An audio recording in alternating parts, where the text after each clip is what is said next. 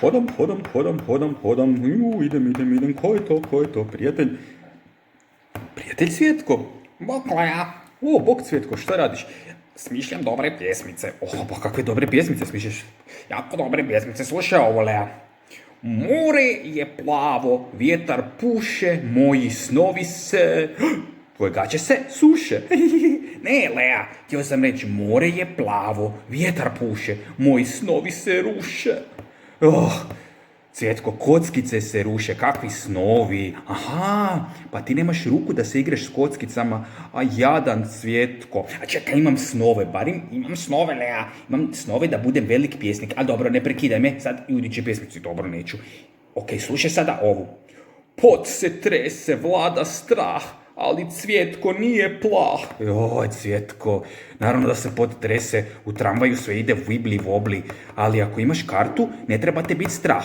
Treba imati kartu u tramvaju i onda te ne treba biti strah. Aha, razumijem, Cvjetko, pa ti ne možeš imati kartu, ti nemaš ruke, ti si Cvjetko.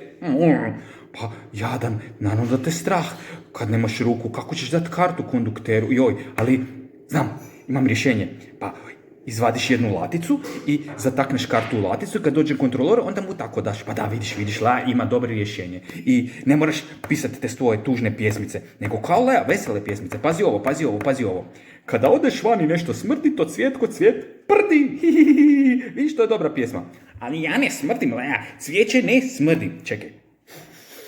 Joj, Cvjetko, mirišeš mi na mači pjesak, pokakani mači cvijesak, to baš nije fino, smrdiš, idi se oprat. Ali nemam ruku, Lea, kako da se operem? Joj, dobro, Cvjetko, idi van onda i čekaj da kiša padne i da te vjetar osuši. Da, to napravi, idi van.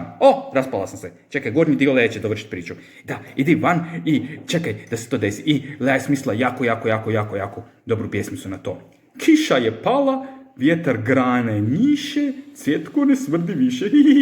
Slušaj, Cvjetko, tak se rade pjesmice. Kiša je pala, vjetar grane njiše, Cvjetko, cvijet ne smrdi više. Lea.